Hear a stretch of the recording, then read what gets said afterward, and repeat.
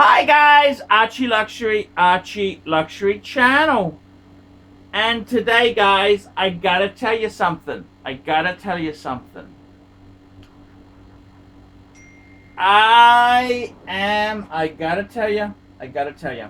What I gotta tell you is simple, man. I want to talk to you about your watches. I want to talk about the Lucky Watch. And I went down and saw my mate, Mark, at Harrington Antiques. I'll put a link to Harrington's. Very cool shop indeed. And Mark is one of these fucking... so positive. Mark is so positive. I mean, most dealers, you go in and say, oh, I'll show you my paddock, and say, oh, that's not the model they want. Oh, a bit of a scratch here. Mark always says positive things. Beautiful paddock. Always something nice. He's always a very nice guy. And I gotta tell you, it's fucking nicer than some of the sourpuss fucking dealers that I've met. Let me tell you that. And I was talking to Mark, and I was talking to him about watches, and he brought up an interesting topic. He said, do you believe in a lucky watch? Lucky watch.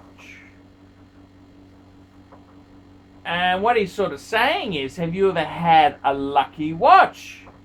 I said, what do you mean? He goes, well, a watch you bought that brings you luck. Good shit happens.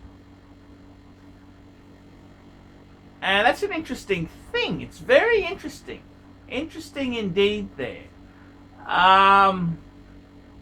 And I said to him, I said, do you believe watches have an aura? And that's what he's kind of saying. Watches have a spirituality that maybe we've inherited from the because we're in second hand. I'm in buying and selling used goods. I don't buy new. So they've all had previous owners. This one here belonged to a Russian gymnastic instructor for the Olympics. You will drink the medicine or you will fuck off. Yes, the Russians. He was a Russian gymnastic instructor in the height of communist rule.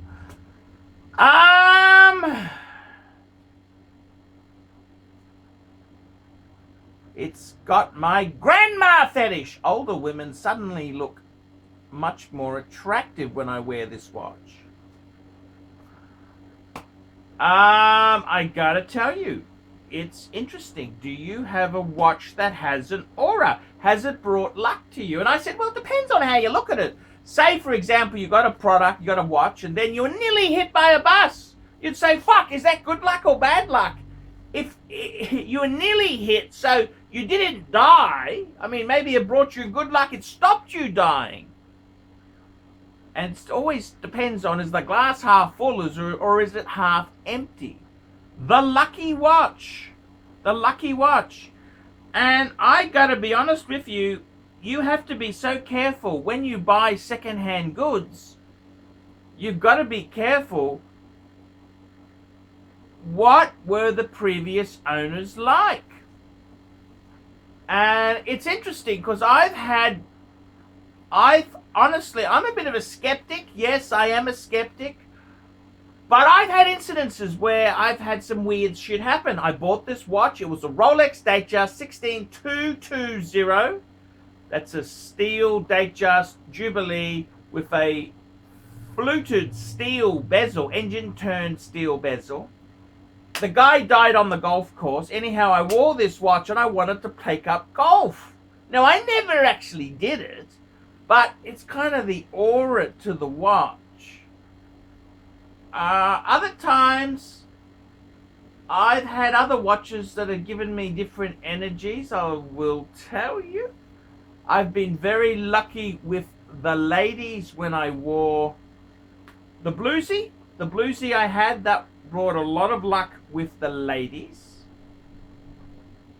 The Maserati Blue Dial Daytona didn't seem to... I had some women who weren't that keen. Or maybe it's just me, they opened their eyes. So, the spirituality of wristwatches, these products. So you've got to remember, watches can be a receptor of these powers, auras and spirits and that there. I mean, you think about it. If you were a spirit for somebody who died, what type of goods would you come back in? I mean, would you come back as a donut? No, you wouldn't come back as a donut. You would come back as something which means a lot. You would come back. You'd come back as something that means a lot to you. Maybe you'd come back in their car. You had a little Mercedes or a Porsche. But maybe you'd come back their watch. Their watch would have their aura, because it's a very personal thing. A luxury wristwatch is a very personal thing that you choose to wear. And I gotta be honest with you, it's really you. No one forces you to wear a certain watch. That's kind of what it is, No one forces you to. Very much personal choice. It's your financial positions. Everything about you is in your watch.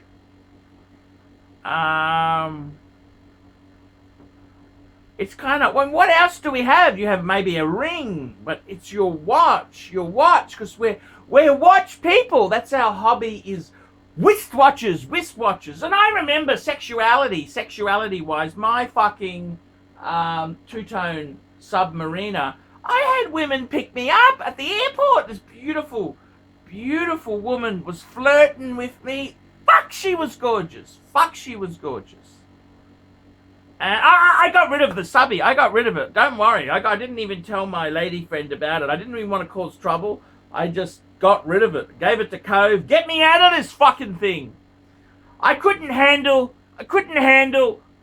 constantly women lusting, desiring me. It was just incredible power.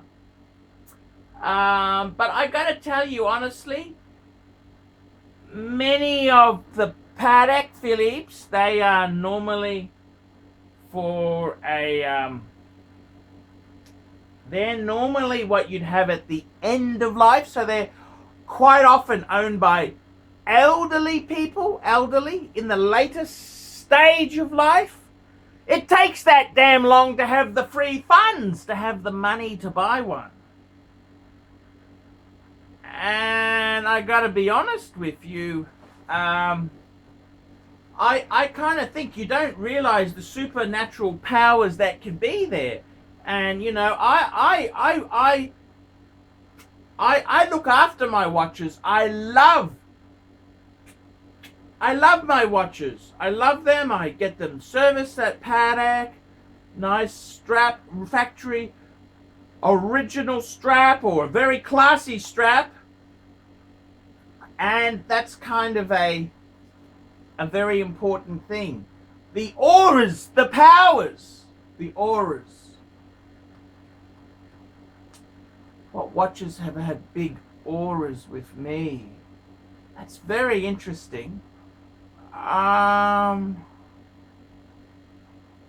It's interesting. The previous owner's auras, the auras to the watch, the auras, the energy, it's the energy of these pieces. Let me think there. My world time, I've always felt really successful when I've worn the world time. That's a beautiful watch, that. My annual calendar, young and vibrant. Love that watch. 5127. I think that's pretty lucky. I've been just drawn to it. I just wear it. I love that Patek. 5296. I've loved that too. That's a beautiful watch. My Explorer. I love my Explorer. Yes, that's been good companion. Actually, I nearly died wearing that watch. I was in the plane, Thai Airways. They were dumping fuel. I remember holding onto my watch thinking, fuck me dead! Fuck me dead! I came through that one. So was the watch lucky or was it unlucky? I nearly fucking died. Well, I didn't die, but did I, Arch? I didn't die. And then there's the reverso. I love my reverso. Love my reverso. So is it unlucky or lucky? I nearly died, but I didn't die, did I? I made it safely, and I'm here now, producing vids. I must admit, when we were dumping fuel, I remember thinking, you know, if I'm going to die, it's nice to have a Rolex, a nice quality watch on my wrist. That was always a positive. It's always nice to have a beautiful wrist watch on your wrist. So, yeah, I gotta tell you, man. Fuck it. Just enjoy your watches, man. Love them. The aura. Just sometimes you're just drawn to something, you know.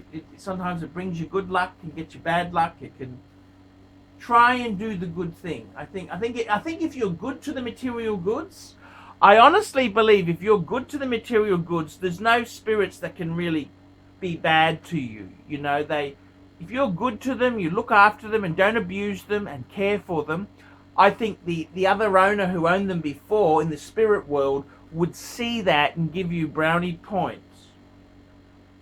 Boris Yuganov! Hey, Boris Yuganov. So there you go, guys. Spirits and auras. Tell me what you fuckers think. And if you're in the spirit world, put a few comments below. Like, subscribe, and tell your skeptic friends. And if you're in the spirit world, put a few nasty comments below. And if you're a spirit, put the number 444 in front of it so we know you're not a person in the living flesh. You're in the spirit world, fuckers.